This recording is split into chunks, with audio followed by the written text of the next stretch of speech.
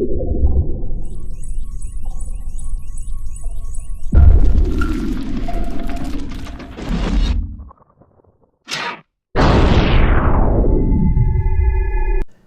today's video, we'll be talking about resistance. After watching this video, you should be able to tell me what a resistor is, be able to tell me what affects the amount of resistance in a wire, and use and apply Ohm's law, which is going to be a very important formula and law that we're going to be using throughout the rest of this electricity unit. So make sure you get that down. So let's get right into it. Just a reminder, electrons are what is carrying this charge in a wire. Okay, they are what carry the energy either from the battery or from the power company. And basically these charge carriers will lose their energy in the circuit to what's called a load. And the load could be something like a light bulb, okay, so there's a load, or say your microwave or your hair dryer or whatever it is that's using energy from your circuit. Okay, and wherever that energy is being lost, that's called a voltage drop. Okay, basically energy is being lost and used or changed into another form, whether it be heat or to spin a fan or whatever the case may be. Okay, and so charge goes through these wires in a circuit, and today what we're talking about is these guys, the light bulb, the hair dryer, the fan, whatever the case it may be, and in terms of them using up the energy and the resistance that they apply to the circuit. So let's kind of just talk about what resistance is. Resistance is basically how hard it is for the electrons to flow, if you will, or the charge to flow through a circuit. Okay? And resistance is based upon how much current you get from applying an amount of voltage. Okay? So if you push hard on the electrons, which be basically increasing the voltage, remember voltage is just a potential difference. So if you push really hard on the electrons, more current should flow. Okay, you're going to get more movement through the circuit. But basically, the resistance provided by the circuit will actually slow that current. And this is measured in something called ohms. Okay, and it's spelled kind of funny. It's basically named after this guy named George Ohm, and the symbol is the omega, which to me looks more like a horseshoe, but that is the symbol, is omega. Okay, so resistance is measured in ohms, and the symbol is omega. And this is just something to, I guess, some science humor. If any of you guys are into like circuits and electronics, this is something called a resistor. I mean, these bands all have various values based upon their color, and it says join the resistance, and then you have all of them going ohm. Pretty funny. Anyway, let's keep going on, just because a lot of people don't find science humor that great. So there are some factors affecting the resistance in a wire. Basically, the first thing is the length of the wire. And this makes sense to me. The longer the wire, the more resistance you're going to have, because it takes, the path that the charge has to go is over a longer stretch. So when you're sending electricity, say, from a power plant in California to, say, Wisconsin, which doesn't happen, but let's say it did, the amount of resistance that electricity will feel from moving from a power plant in California to Wisconsin is a lot more than, say, the power plant in Oak Creek. Okay, so the length of the wire is going to determine how much resistance it has. The cross-sectional area of the wire. Okay, bigger wires provide less resistance just because there's more room for flowage to occur. Okay, so larger wires will have basically less resistance than, say, smaller wires. Okay, and there's a numerical value for the wires that you buy if you go to a store and you're looking to buy like speaker wires versus the wiring in your house. Well, the wiring in your house are going to be a lot thicker than, say, speaker wires, just because there's a lot more current flowing through the wiring in your house.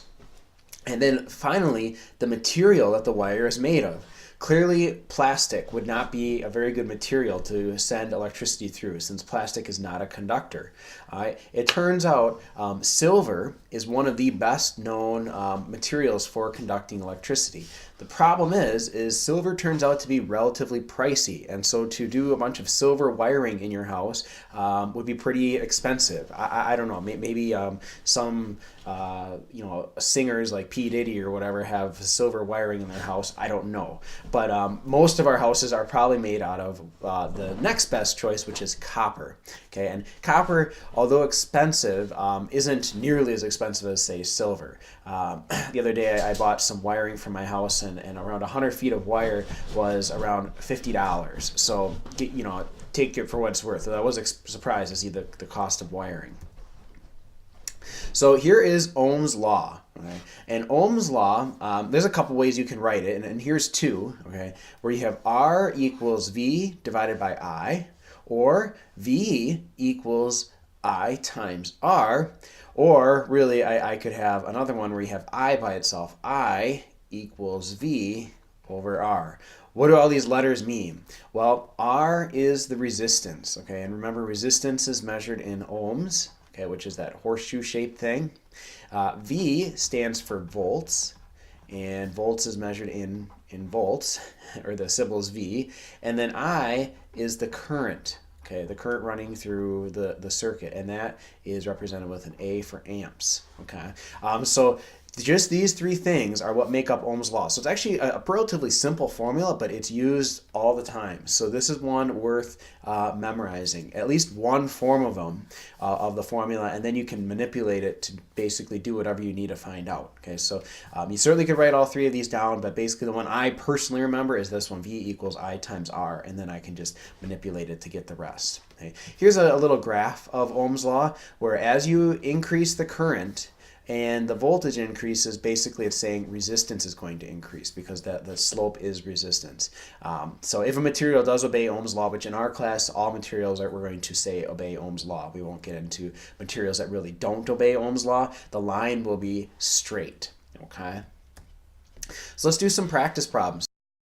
Okay, so remember current is I, okay? How can we make current go down, okay? Well, basically, we could either A, decrease the voltage, we could B, decrease the resistance, C, we could increase the voltage, or D, we could increase the resistance. Okay, so how can we make current get bigger? Well, this is the formula of Ohm's law I remember. V equals I times R, and then if we want to deal with I, let's get I by itself. I equals V over R. Okay. If we decrease the voltage, would that increase current according to this formula? And if you just even throw pretend numbers in there, the answer would be no. All right. What if we decrease the resistance? What if we make this R get smaller on this fraction here? Would that increase the current? And the answer is yes. So B would be 1. What about increasing the voltage, giving more push to the charge in the wire? And that turns out to, yes, increase the current. Increasing the resistance, so making this number bigger on the bottom of the fraction, would not increase the current, and so that would not help you. Okay, so let's keep moving right along. Problem: if the resistance of a circuit were tripled, then the current to the circuit would be blank. Okay, so remember the formula of Ohm's law I use is V equals I times R, and we're worried about the current, so I'm going to get that by itself again. So I equals V over R, and basically it's saying if the voltage remains constant, that there is no change to it, and the resistance were tripled, so you make this number get bigger, so like times 3, what would happen to the current in the circuit? The current would have a 3-fold decrease. A 3-fold decrease. Okay, so this would get 3 times smaller. If you make the resistance 3 times bigger and the voltage does not change, the current would get 3 times smaller. Okay. All right, well, let's do some number crunching using Ohm's law. It says a color TV has a current of 1.99 amps. Okay, and I'm just going to round that up to 2 just to make it simpler for the math. So current is I, all right, and I equals 2 amps. All right, when connected to a 120 volt household circuit. So my V is 120 volts. All right, what is the resistance in ohms of the TV set? Okay, so I again am going to be using Ohm's law because I'm wondering what the heck is the resistance, where V equals I times R. And I want to get R by itself. So what I really am going to deduce here is R equals V over I. And I'm going to put my numbers in, just do some number crunching. 120 volts divided by a current of 2 amps. 120 divided by 2, unless something has changed recently, we would have 60 ohms as our answer for the resistance in this TV. Okay, we'll do many more examples in class, but this just gives you a flavor for basically what Ohm's law is all about. I will see you guys in the next video.